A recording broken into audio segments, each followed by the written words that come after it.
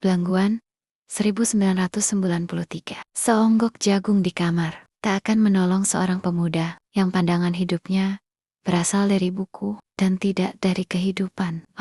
Apakah gunanya pendidikan bila hanya akan membuat seseorang menjadi asing di tengah kenyataan persoalannya? Rendra, sajak seonggok jagung. Sebelum aksi tanam jagung Belangguan terjadi Gwangju, jika Belangguan adalah aksi kami yang paling melekat di benak untuk waktu yang lama, dan aksi Ngawi dianggap berhasil, maka jauh sebelumnya kami pernah belajar dari kegagalan diskusi Gwangju. Di awal tahun 1993, kami pernah merancang sebuah diskusi terbatas di film Kecut, Kawin-Kawin Wirasena, memutuskan sebaiknya mahasiswa dari berbagai kampus Ogia diundang mengikuti diskusi penting ini. Kinan dan Alex ke Manila untuk mengikuti konferensi peran gerakan mahasiswa dan aktivis dalam perubahan di Asia Tenggara setahun lalu. Karena itu kami menyelenggarakan diskusi Gwangju yang dibandingkan dengan People's Power Manila. Pemberontakan Gwangju tahun 1980 adalah studi kasus pemberontakan di Korea Selatan yang gagal dalam melahirkan demokrasi. Sedangkan People's Power, EDSA berhasil menumbangkan Presiden Marcos yang kemudian menjadi sumber kecemburuan. Karena kami berenggan-enggan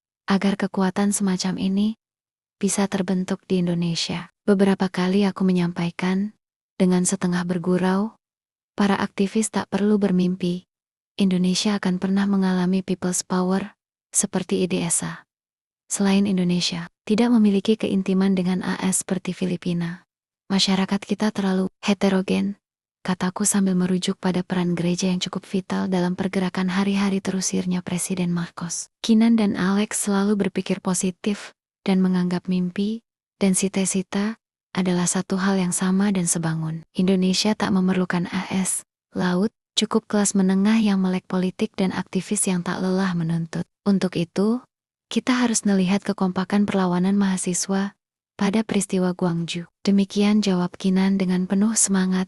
Aku ingat betul bagaimana Kinan dan Alex menyiapkan materi diskusi itu dengan serius. Mereka mencatat pointers dan berbagi tugas. Kinan akan membicarakan persamaan beberapa negara di Asia Tenggara yang memiliki persamaan problem dan hubungan dengan militer, dan mengapa Gwangju bisa gagal, dan mengapa People's Power bisa sukses. Alex berencana mempresentasikan slideshow, rekaman foto-foto mahasiswa dan anak-anak muda yang dulu terlibat Gwangju. Terus terang aku sangat ingin menyaksikan presentasi Alex, karena dia bekerja demikian keras untuk menkari-kari para mahasiswa dan aktivis yang terlihat pada foto-foto dari fotografer terkemuka saat itu.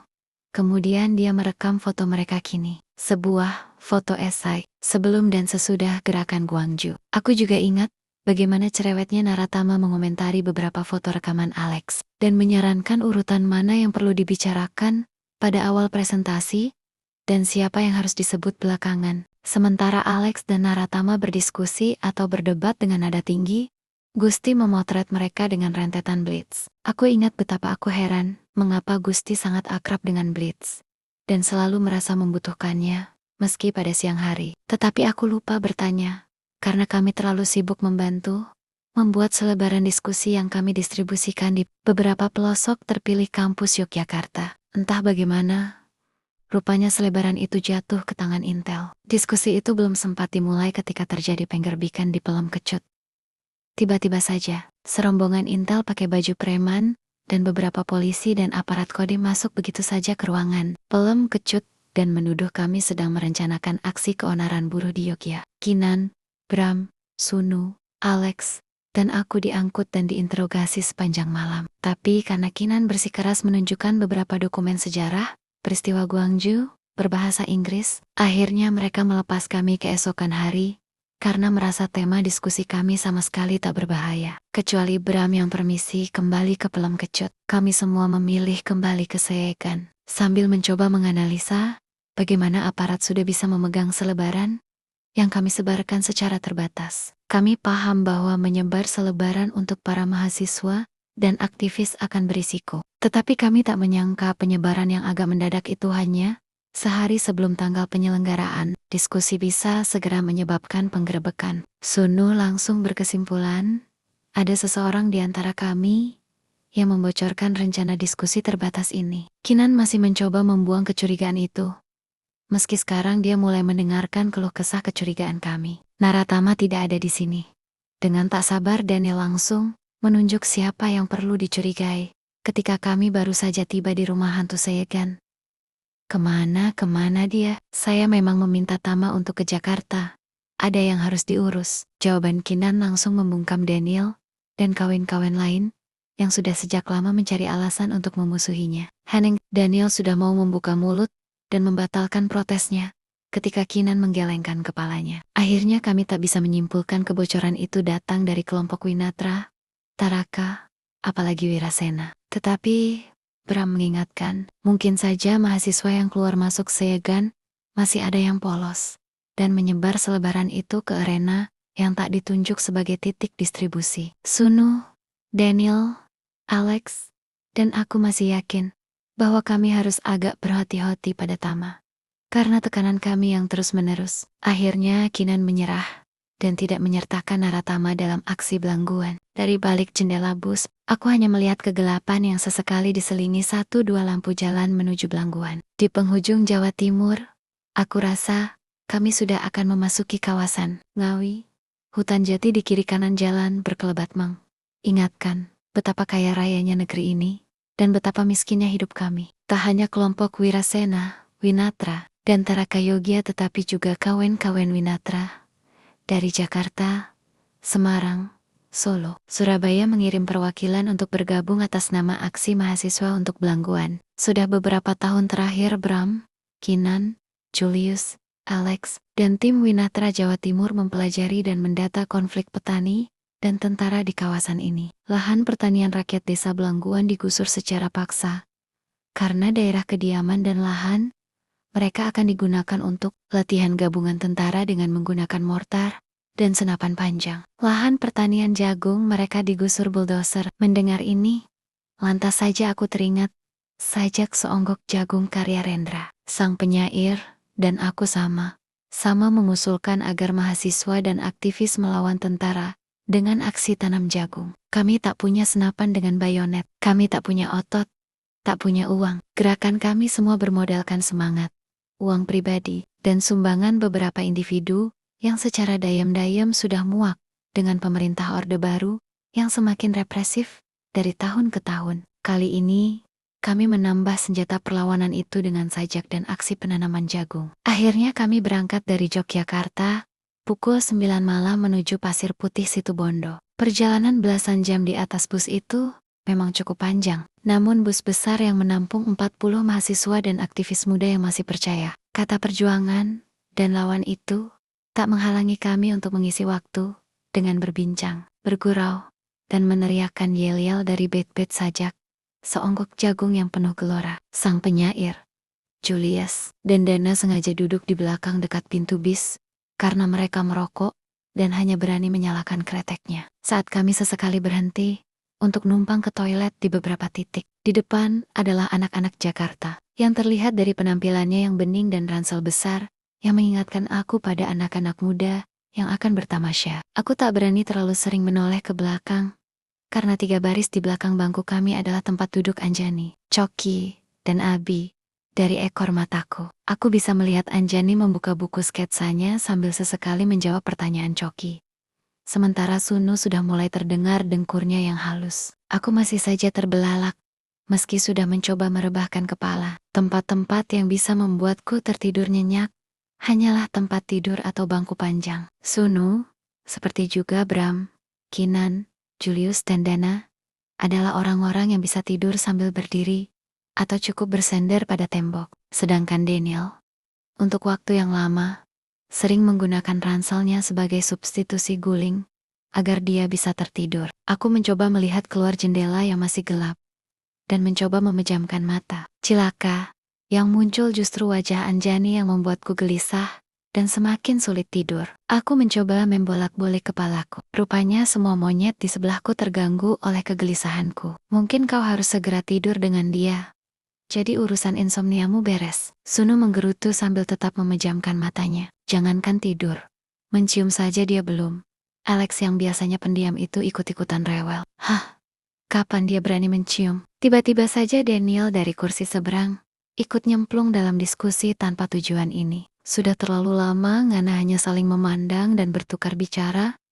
Nanti si Tama yang berhasil, Ngana gigit jari, jangkrik. Tiba-tiba kok semua berani mengeroyok aku. Seolah-olah mereka semua jagoan pacaran. Keroyokan ini persis gaya anak-anak SMA yang tidak mutu. Oke, aku harus mengakui. Daniel yang kulitnya putih bersih, dan mukanya tak akan kunjung tua. Anak Jakarta menyebutnya baby face. Biasanya menjadi incaran mahasiswa semester pertama. Karena mereka belum tahu kerewelannya. Alex selalu disukai karena suaranya yang merdu, dan entah kenapa, alisnya yang tebal itu menjadi magnet. Ditambah lagi dengan gayanya yang membawa kamera di dalam ranselnya, jadilah dia seorang Robert Capa dari Flores. Hanya kali ini Kinan sudah melarang Alex membawa kameranya, karena aksi tanam jagung agak berisiko. Jadi Alex sudah memotret area itu pada saat kunjungan pendahuluan bersama Bram, Kinan, dan Julius. Sunu yang berwajah agraris dan berkulit sao matang itu punya pacar tetap yang setia bernama Nilam anak Visip. Nilam yang manis dan begitu cinta dan setia pada Sunu. Punya mentalitas yang sama dengan keluargaku. Bangga dengan aktivitas Sunu, tapi senantiasa khawatir karena Sunu sudah beberapa kali ditangkap dan dilepas polisi akibat aksi-aksi yang kami selenggarakan. Dari kami berempat, memang hanya akulah lelaki yang pasif, setengah tolol, dan hanya bisa mengagumi perempuan dari jauh. Aku melirik ke belakang, khawatir ketiga pelukis mural itu mendengar ocehan monyet-monyet jelek ini. Volume suara Sunu malah semakin meninggi. Payah kau, Laut, Naratama saja lebih berani. Alex tertawa meski matanya masih tetap terpejam. Dia hanya akan sibuk membayangkan dan menulis cerita pendek saja tentang Anjani. Sementara Naratama sudah asyik berciuman. Bergulat. Hahaha. Aku berseru semakin galak. Mulut Alex kubungkam dengan telapak tanganku. Sunu, Daniel, dan Alex tertawa semakin ramai, hingga membangunkan teman-teman yang duduk di sekitar kami. Ketiga sahabatku memang tahi kebo. Mereka mengenalku dengan baik. Mereka tahu isi hatiku, jantungku, bahkan pori-pori kulitku hingga sukar sekali mengelak. Taiklah, Sunu tersenyum melihat. Aku tak berkutik, dan mencoba memejamkan matanya kembali. Sedangkan Alex dan Daniel merebahkan kepala masing-masing. Aku ikut-ikutan mencoba beristirahat untuk menghindar serangan mereka. Dan untuk mengingat-ingat bagaimana ketiga kawanku ini menjadi kenal betul dengan diriku. Meski aku jarang sekali bertransaksi informasi pribadi, kami berempat, nyaris tak terpisahkan, di Pelem Kecut maupun di Bulak Sumur. Alex dan Daniel kebetulan sama-sama kuliah filsafat. Aku sastra Inggris, dan Sunu sastra sejarah. Tetapi kami tak terlalu tertarik membicarakan kuliah kami, kecuali jika ada yang merasa kesulitan menulis tugas esai. Dan soal kesulitan menulis esai, hanya dialami Daniel, karena dia senang membuat rumit yang sebetulnya sederhana. Sedangkan Sunu, Alex, dan aku lebih suka membicarakan diskusi-diskusi politik yang diselenggarakan Persma, yang semakin hangat. Karena masih ramainya kasus Kedung Ombo, dan bagaimana akhirnya kami terlibat, karena rasanya tak cukup sekadar meliput dan menuliskannya. Belakangan itu pula yang menyebabkan kami semua terlibat dengan diskusi-diskusi dan bergabung dalam struktur Winatra. Tapi diskusi yang paling menyenangkan adalah jika kami membicarakan perempuan yang kami sukai dari jauh. Kami berempat adalah lelaki-lelaki bodoh yang sampai sekarang belum paham karakter perempuan, kecuali di tempat tidur. Tentu saja kami semua sudah melepas keperjakaan kami. Tetapi itu bukan pengalaman yang menyenangkan. Bahkan bagiku, rada memalukan. Seks yang terjadi pada masa pertumbuhan biasanya mengecewakan karena terlalu banyak fantasi bahwa hubungan seks akan dahsyat dan meledak-ledak. Ternyata ketika kali pertama aku mengalaminya bersama pacar pertamaku, aku sama sekali tak tahu bahwa peristiwa itu bisa selesai hanya dalam waktu beberapa detik. Kok bisa? Bagaimana film-film dan novel menggambarkan adegan seks begitu rupa sehingga terasa cantik, bergelora, sekaligus mengguncang? Apakah mungkin seks sebaiknya hanya dilakukan dengan orang yang sangat kita cintai? Tapi sudahlah. Dengkur Sunu yang halus sudah mulai terdengar dan saling bersahutan dengan dengkur Daniel. Aku mencoba memejamkan mata karena pasir putih masih jauh. Sementara tujuan kami adalah Belangguan. Kami tiba di Pasir Putih ketika matahari merekah dari balik awan. Bus kami yang panjang dan besar itu berhenti perlahan-lahan, sementara seisi bus masih tertidur. Dengan tak sabar aku berdiri dan menjenguk dari jendela. Pasir Putih itu bukan sekadar nama. Di hadapan kami, hamparan pasir putih itu seperti sebuah karpet sutra yang tak bertepi. Ketika orang menyebut Indonesia yang indah, pastilah maksudnya bukan Jakarta yang penuh sesak atau identik dengan kemacetan, melainkan semua pantai yang seolah bersatu dengan pucuk langit seperti ini. Ketika bus battle-battle berhenti, tanpa menanti ketiga kawanku bangun, aku langsung saja melorot keluar dari tempat dudukku dan loncat dari bus yang menyekap kami selama belasan jam. Aku membuka sepatuku dan menentengnya berlari merasakan pasir yang langsung mencium telapak kakiku. Aku bisa melihat Nun di penghujung sana. Perlahan-lahan matahari mulai bergerak dan selajur cahayanya membuat riak seperti lautan berlian. Rasanya aku tak percaya hanya beberapa jam dari sekarang kami akan berteriak mengepalkan tangan dan dengan nekat melakukan aksi tanam jagung. Rasanya ingin menetap di sini selama-lamanya. Askik, aku membalikan badan dan Anjani sudah berdiri di belakangku sambil menenteng sepatu kets putihnya. Betapa kecilnya sepatu kets itu dan betapa cantiknya jari-jari kakinya yang dikerubung pasir itu. Aku cemburu pada Pasir Putih situ Bondo yang diperbolehkan memeluk dan mencium kakinya. Aku juga ingin menjadi pasir dan menempel di antara yari-yari kakinya itu. Anjani melempar pandangannya ke sekeliling kami, seperti mengawasi apakah ada yang menyaksikan kami. Lalu melangkah semakin mendekatiku, meski matanya memandang matahari yang nampak semakin gembira bertemu dengan kami. Hari makin terlihat terang, dan kulihat monyet-monyet berambut kusut dan wajah setengah mengantuk Daniel, Sunu, dan Alex yang satu persatu keluar dari bus, disusul kawan-kawan lain. Sebagian mencari WC, sebagian lagi mungkin ingin mencuci muka, sebagian langsung merokok. Aku sendiri mendadak ingat bahwa aku belum bertemu odol dan sikat gigi. Dan di sampingku ada Anjani yang tengah takjub dengan keindahan pasir putih di pagi hari. Aku ingin melipir diam-diam untuk sikat gigi, tapi pasti terasa tak sopan. Namun jika aku berdiri di sini, pasti aku harus berdialog dengan mulutku yang beraroma tak sedap.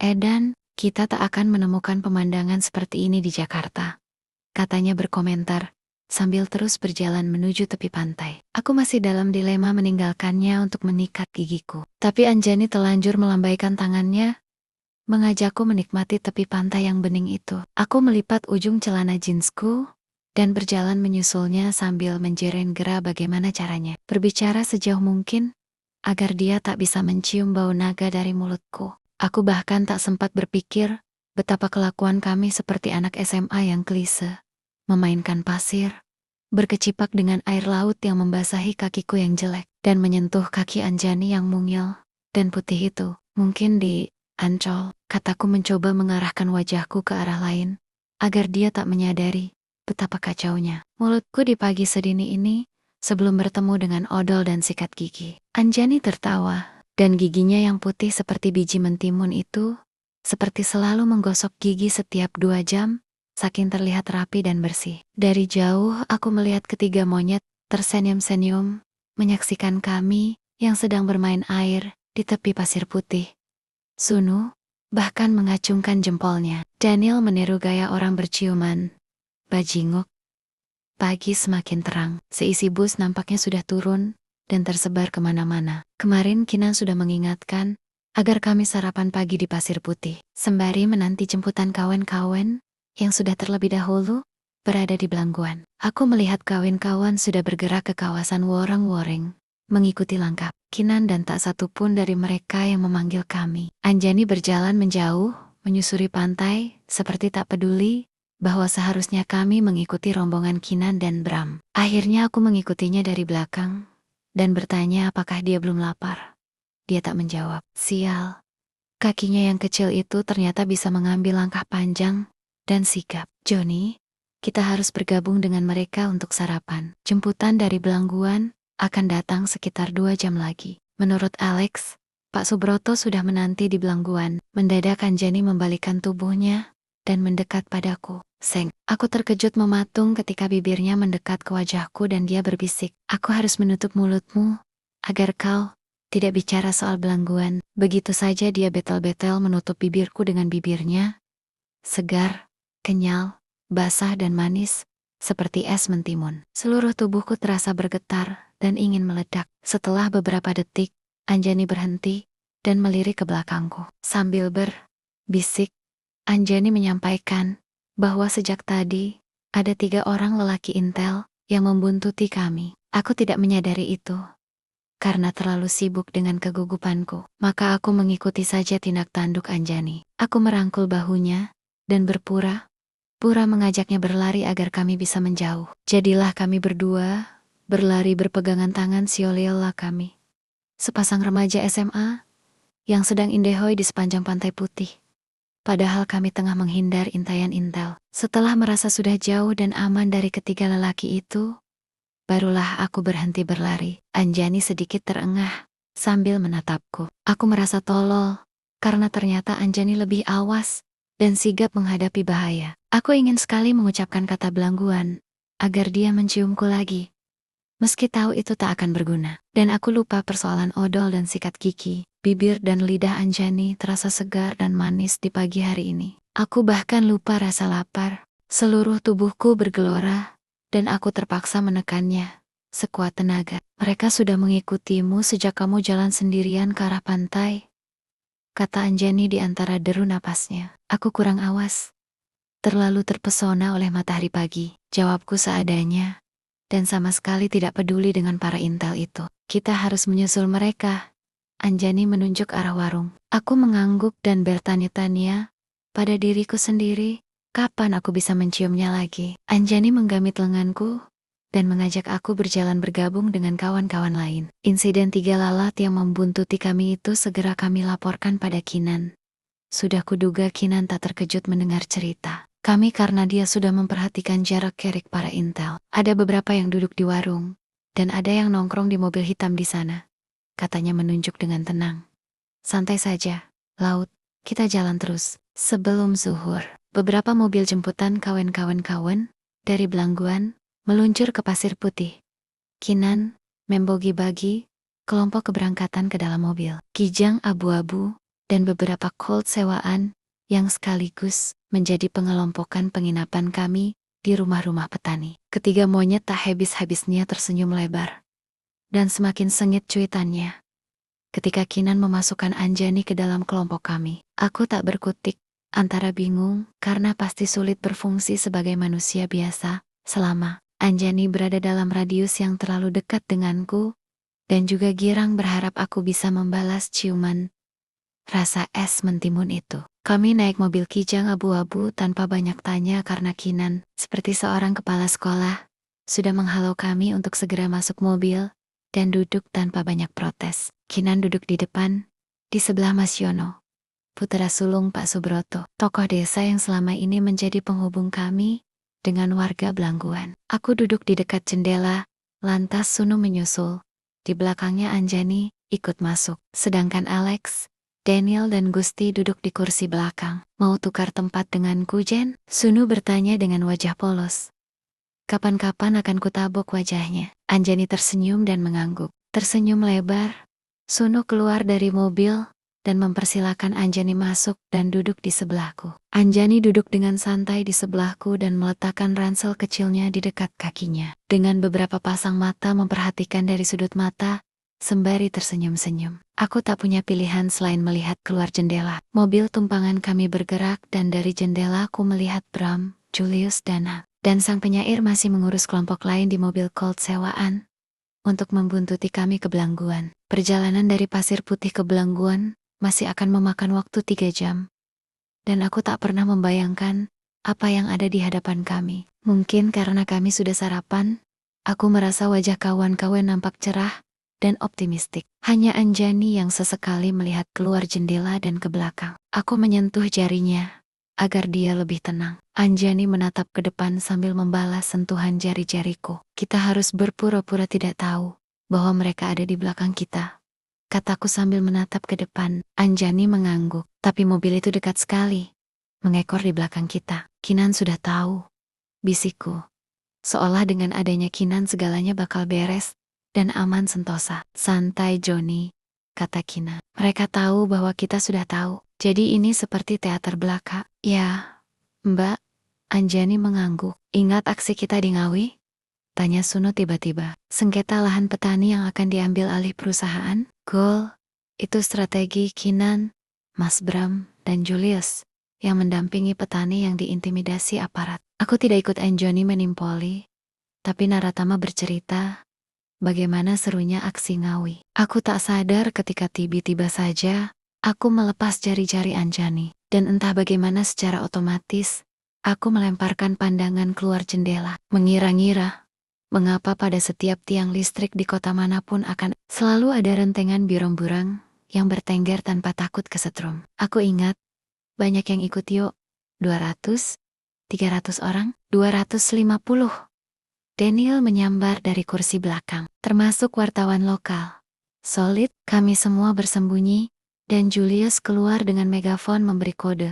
Dan tiba-tiba saja, para petani muncul, hampir 1.000 orang. Sunu bercerita dengan bersemangat. Aku tersenyum melihat Sunu, yang mencoba memvisualisasikan bagaimana petani yang bersembunyi di gorong-gorong, dan muncul begitu saja mengejutkan polisi dan tentara yang berjaga-jaga, mengantisipasi kedatangan kami. Mereka tak menyangka akan begitu banyak petani yang berani melawan. Anjani mendengarkan dengan atentif, dan sesekali tertawa mendengar cerita Sunu. Bagaimana dia dan Julius berbicara dengan tegas bahwa mereka harus ke DPRD untuk menyampaikan agar pengambil alihan lahan harus ditunda. Julius menyatakan itu sambil melotot, padahal sebetulnya dia berdebar-debar. Aku pegang tangannya yang gemetar, kata Sunu terkekeh-kekeh. Kinan tampak ikut tersenyum tanpa berkomentar, dan sesekali bertanya pada Mas Yono, rute mana yang lebih aman untuk mencapai Belangguan. Di kursi belakang, Alex dan Gusti mulai berdebat soal penggunaan blitz dalam pemotretan.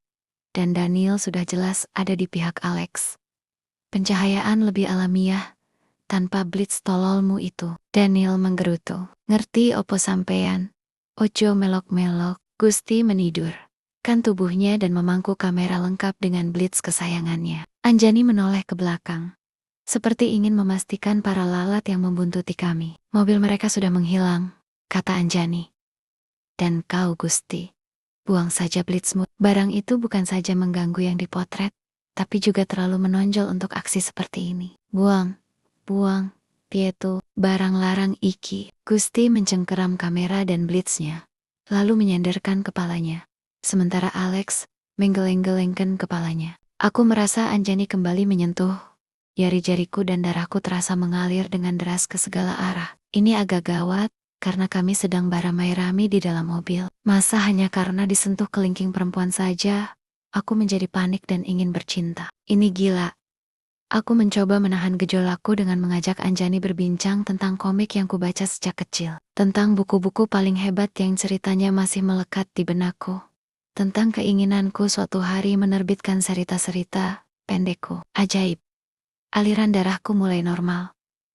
Napasku lebih tenang. Pada saat itulah Anjani menggenggam tanganku serati-ratnya, dan aku menggenggamnya kembali, tanpa terganggu oleh gejolak hatiku. Rombongan mobil Kijang dan Colt akhirnya tiba di Belangguan sekitar pukul 4 sore. Kinan sudah mengingatkan agar kami jangan keluar berbondong-bandong, seperti pendukung sepak bola yang baru menghambur keluar stadion. Menurut Kinan, para intel masih mengikuti, meski kini menghilang untuk sementara. Maka aku bersama Anjani, Sunu, Alex dan Daniel berjalan bersama-sama, melangkah nyaris berjinjit agar tak terlalu berisik. Sementara kawan-kawan lain berpisah dalam kelompok kecil dan berjanji untuk bertemu di rumah Pak Subroto. Pak Subroto, seorang pria yang mungkin berusia 60 tahun, berkulit sawo matang, bertubuh gempal dan berkumis, itu adalah tokoh yang dihormati dan dituakan di area Belangguan. Dengan segera dia mengajak kami berkumpul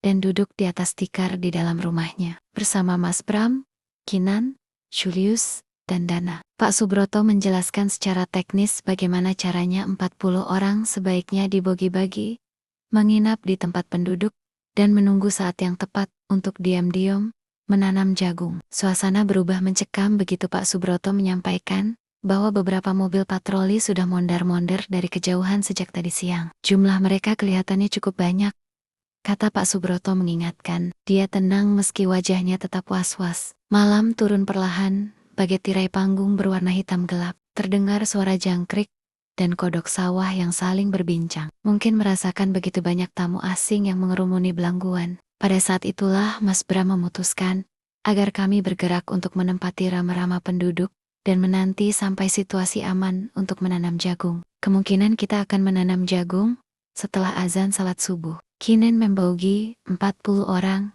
menjadi 5 kelompok yang rencananya akan tersebar di rumah-rumah penduduk. Tetapi Pak Subroto menyampaikan bahwa beberapa rumah petani di sebelah utara sudah dijaga banyak tentara. Maka akhirnya hanya 2 kelompok pertama yang saat ini menumpang di rumah petani, dan kawan-kawan lain akan menyusul. Segera saja Kinan, Sunu, Alex, Daniel, Anjani, dan aku menjadi kelompok pertama yang berjalan menuju rumah Bu Sumantri. Mas Bram, sang penyair, Julius, Dana, Narendra, Widi, dan Coki berpisah menuju rumah Pak Slamet yang letaknya tak jauh dari rumah Bu Sumantri. Kawan-kawan lain menanti di sebuah gubuk milik Pak Subroto yang digunakan sebagai penampungan yang terletak dekat pematang. Mereka menanti untuk menyebar diri jika keadaan sudah cukup aman. Kami berlari setengah bersijingkat agar tak terlalu berisik menuju rumah Bu Sumantri yang hanya diterangi 3 buah lampu teplok. Bu Sumantri,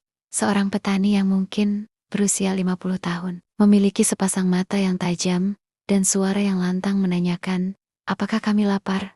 Yang segera dijawab Kinan dengan sopan. Tenang saja Bu, jangan repot. Daniel berbisik padaku bahwa dia sebetulnya cukup lapar karena memang sudah waktunya makan malam. Begitu laparnya, kata si manja itu, hingga dia sanggup memakan kami satu persatu. Kali ini aku tak bisa memarahi Daniel, karena aku juga lapar. Kami semua belum sempat makan siang, tapi sungguh konyol memikirkan perut saat keamanan sudah di ujung tanduk. Kami semua duduk di atas tikar tanpa bersuara, karena Kinan dan Sunu meletakkan telunjuk ke atas bibir. Tentara sudah mulai masuk dan mengecek rama-rama para petani.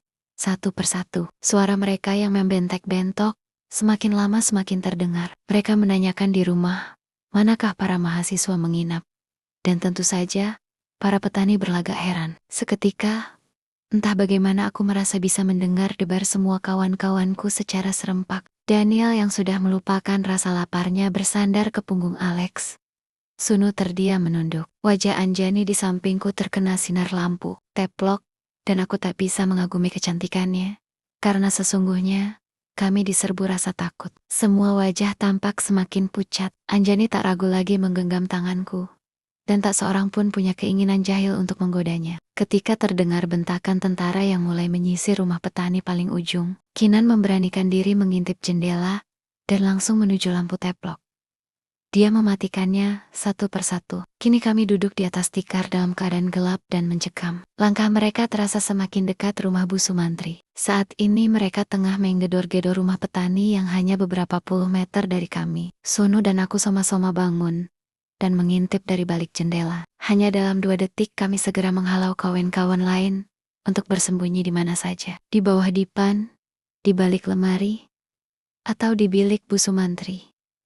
Karena beberapa orang tentara tampak berjalan ke arah kami. Anjani yang bertubuh kecil entah bagaimana bisa menyelip di balik pintu dapur, dan tumen-men lain sudah menyebar ke setiap pojok rumah. Bu Sumantri kelihatan iba melihat kami. Tiba-tiba saja dengan nekat, Bu Sumantri memutuskan keluar dari pintu belakang. Kami tak tahu apa yang dilakukan sang ibu, sampai akhirnya terdengar suara lenguhan sapi, dan desah Bu Sumantri mengusir-usir sapinya. Aku penasaran dan menyelinap ke dapur, mengintip apa yang dilakukan Bu Sumantri, yang ternyata penuh taktik itu. Astaga!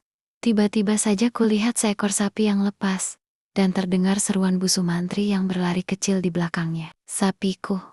Sapiku membedal. Si sapi seperti binatang yang mendadak pintar dan tahu situasi melangkah ringan, malah menjauhi rumah Bu Sumantri ke arah ladang. Bu Sumantri lantas mengeluarkan suara yang sungguh pilu dengan mengatakan, sapi itu kesayangannya yang sudah dipelihara sejak kecil. Sungguh ajaib.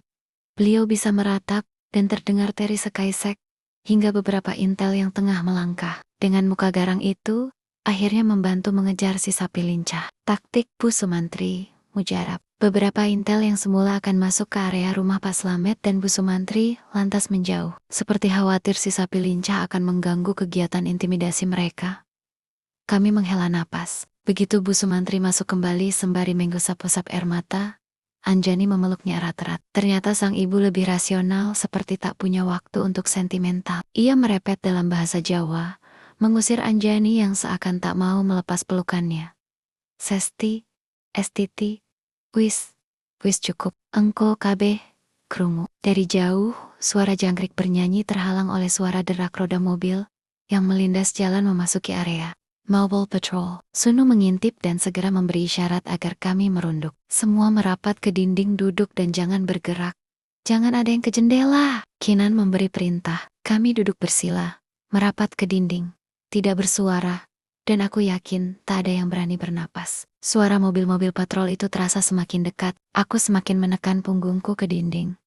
Anjani di sebelahku memandangku. Dia menyelipkan jari-jarinya ke bawah kaki dan menggenggam jariku. Gelap dan mendebarkan untuk 30 detik yang menegangkan. Mobil-mobil patrol itu berhenti sebentar di depan rumah Bu Sumantri dan terdengar dialog antara beberapa lelaki. Nampaknya tentara yang tadi menggeyar-geyar sapi lincah Bu Sumantri itu menjelaskan bahwa Bu Sumantri kehilangan sapinya. Suara debur jantungku seolah bersatu menjadi sebuah orkestra.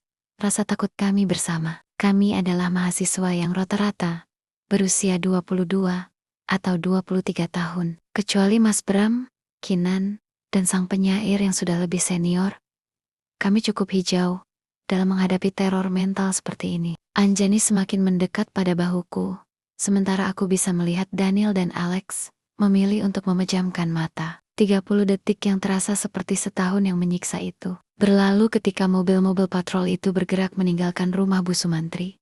Terasa ketegangan yang kental mencair seketika. Daniel, Alex, dan Sunu mendadak menurunkan bahunya yang seolah terpaku di dinding. Anjani selonjor mungkin karena pegal duduk bersila. Kinan dan Alex mengintip dari jendela, mengecek mobil yang semakin menjauh itu. Setelah merasa aman, Kinan meletakkan telunjuk ke bibirnya dan berbisik, dia akan menemui Mas Bram di rumah Pak Slamet. Kami menggeleng-geleng karena masih bisa mendengar sayap-sayap suara tentara dari arah rumah Pak Slamet. Kinan memberi isyarat agar kami membentuk lingkaran. Kalau mereka terus-menerus berpatroli sampai pagi, kita akan sulit melakukan aksi tanam jagung. Aku harus koordinasi dengan Mas Bram. Susah, Kak.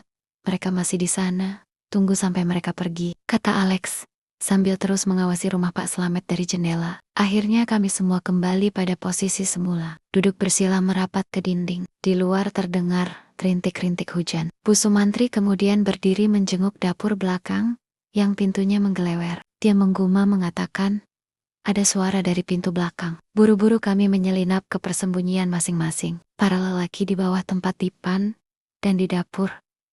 Sementara Kinan dan Anjani masuk ke dalam bilik Bu Sumantri. Terdengar suara Bu Sumantri menegur, entah siapa yang datang. Suara detak jantungku mendadak berhenti. Itu suara sang penyair. Astaga.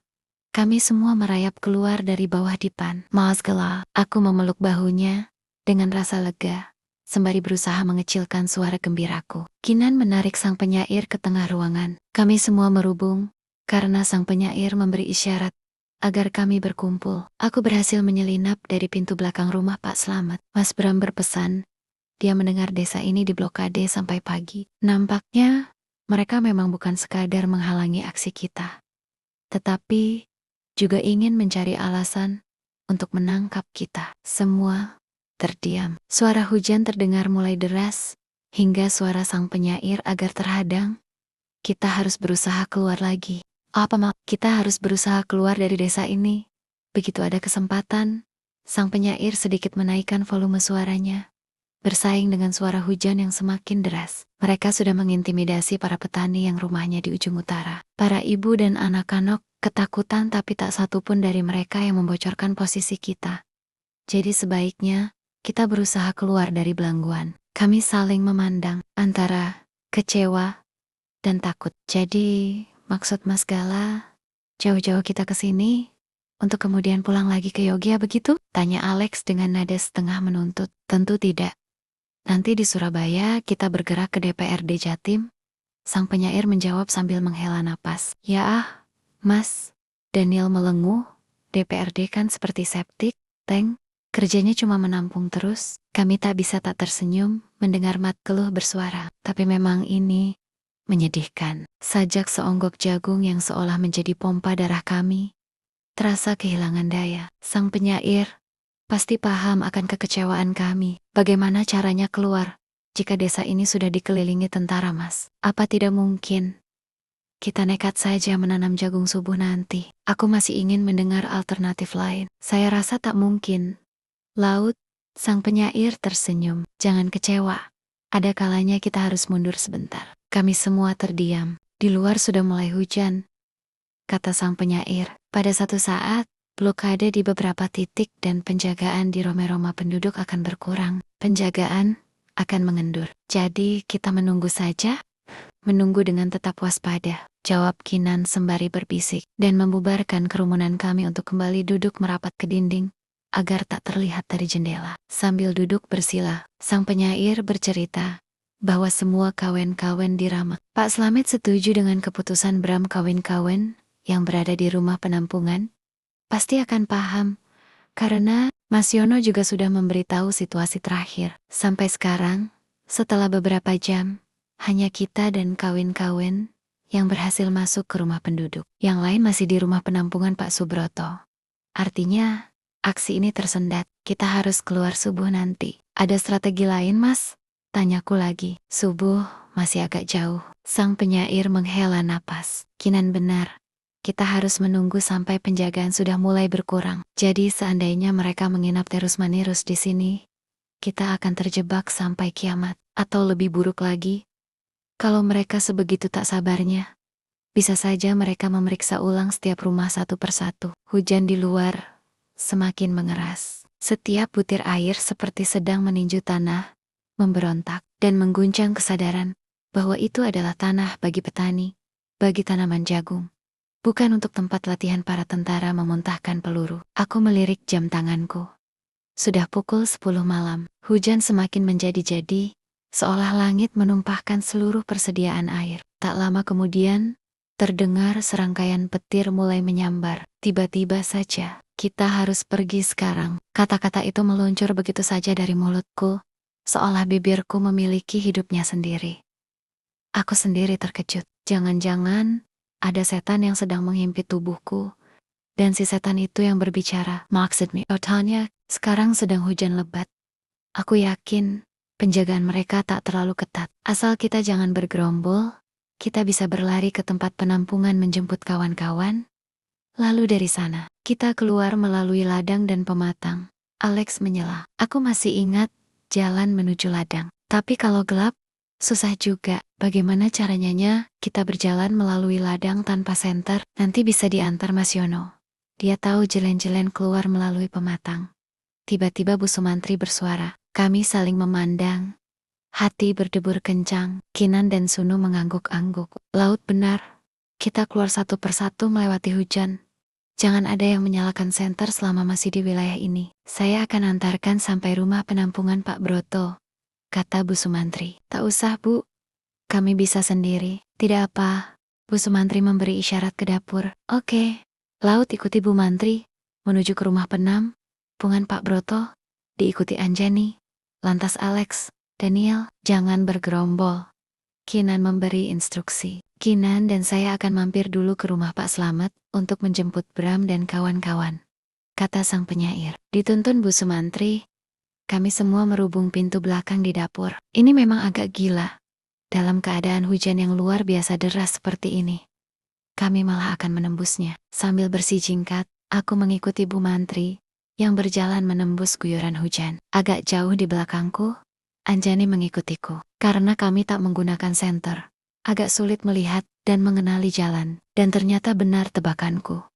Dengan petir yang menambar-niambar seperti ini, para tentara kini tak kelihatan. Mungkin mereka tengah berlindung di rumah penduduk, atau di bawah pohon besar, atau di sebuah warung. Aku segera mempergunakan kesempatan ini untuk berlari sesepat-sepotnya, meski sepatuku terasa berat oleh air hujan. Kami tiba di rumah penampungan begitu cepat, dan segera memberitahu kawan-kawan strategi terbaru untuk segera keluar dari desa ini. Sementara menanti Kinan dan sang penyair menjemput kelompok Mas Bram. Kami semua sudah basah kuyup ketika akhirnya Kinan, Mas Bram, sang penyair, dan kawan-kawan terlihat menyusul kami. Bu Sumantri kemudian berbincang sebentar dengan Mas Yono agar dia mengantar kami menyusuri ladang untuk mencapai jalan raya. Mas Yono segera memberi penjelasan bahwa kami yang sebagian adalah anak-anak Jakarta yang belum pernah bersentuhan dengan sawekan, menuju jalan raya dengan merayap melalui ladang jagung yang masih utuh, mencebur masuk irigasi,